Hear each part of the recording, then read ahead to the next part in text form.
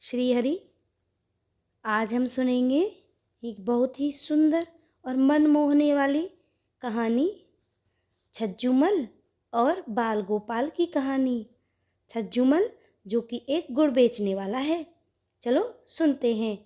किसी गांव में छज्जूमल नाम का एक गुड़ बेचने वाला अपनी पत्नी और दो बेटों के साथ रहता था।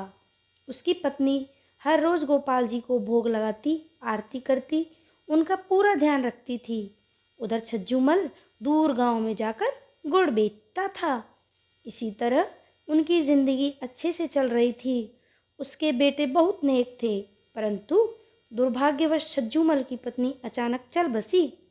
छज्जूमल बहुत उदास रहने लगा। फिर वह भगवान की जो इच्छा मानकर फिर वह अपने काम वापस जाने लगा।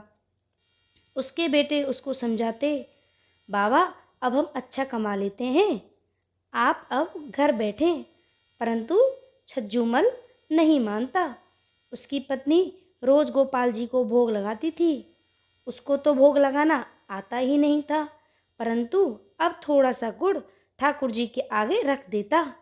ठाकुर जी तो मीठे के शौकीन ही हैं, उनको तो गुड़ खाने का चस्का लग गया। अब रोज काम जाने से पहले गोपाल जी को थोड़ा सा भोग लगा देता था। एक दिन दोनों बेटे बोले, बाबा घर की मरम्मत करवानी है, थोड़ा सा सामान इधर उधर करना पड़ेगा। बाबा बोला ठीक। तो उन्होंने गोपाल जी को भी अलमारी में भूलवश रख दिया। घर का काम शुरू हो गया, पर गोपाल जी को अब गुड़ का भोग ना लग पाता।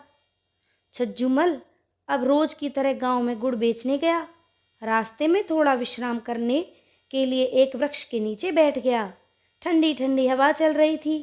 तभी छज्जूमल की आंख लग गई। तभी उसे लगा कि कोई उसे उठा रहा है और कह रहा है, बाबा आज गुड़ ना दोगे। छज्जूमल ने एक दो बार अनसुना कर दिया। उसे लगा कि कोई सपना है, पर जब उसे कोई लगातार हिलाता जा रहा था और बोल रहा था, अचानक वह उठा और देखता है कि 6-7 साल का बालक उसे कह रहा है कि बाबा आज गुड़ ना दोगे। छज्जूमल मन में सोचने लगा कि मैंने तो इस बालक को कभी गुड़ ना दिया। फिर उसने सोचा कि गांव में ही किसी का बच्चा होगा। छज्जूमल ने कहा, हाँ बेटा ले लो। तो उसे थोड़ा सा गुड़ दे दिया। गुड़ लेकर वह बालक गुड़ को मुंह में डालकर आहा आहा मीठा मीठा कहकर वहां से भाग गया। अब तो रोज ही वह बालक छज्जूमल को मिलता, उससे गुड़ लेता और नाचता गाता मीठा मीठा कहकर भाग जाता। छज्जूमल भी बच्चा समझकर उसको रोज गुड़ दे देता।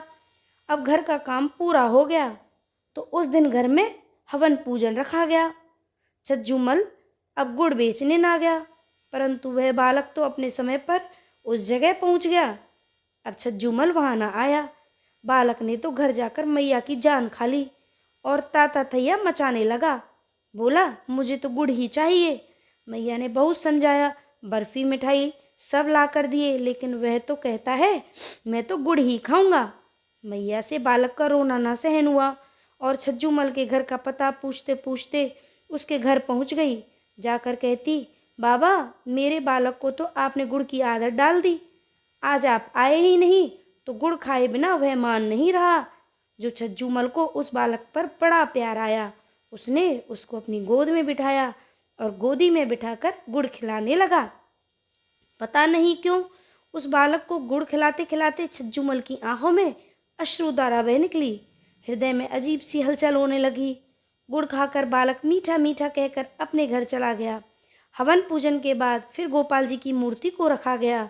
अगले दिन छज्जूमल नियम से गोपाल जी को गुड़ का भोग लगाकर काम पर चला गया। रास्ते में उसी जगह पर रुका। अब तो उसे भी उस बालक को गुड़ खिलाने की बड़ी जल्दी थी, परंतु वह बालक आया ही नहीं। ऐसे ही 3-4 दिन बीते, जो उसका मन बहुत बेचैन हुआ कि कहीं बालक बीमार तो नहीं है। उसने गांव जाकर सबको बालक के बारे में पूछा तो सबने कहा ऐसा तो यहाँ कोई भी बालक नहीं रहता। वह हैरान परेशान होकर घर पहुंचा। घर पहुंचकर जब वह मंदिर में बैठा तो गोपाल जी की तरफ देखा। वह मंद मंद मुस्कुरा रहे थे।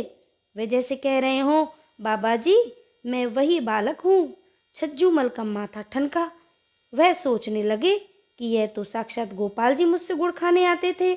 वह कहने लगा, गोपाल जी आप धन्य हो। गोपाल जी की ओर देख के उसकी आंखों में धारा बहने लगी। तो ऐसे हैं हमारे बाल गोपाल। जय हो बाल गोपाल की।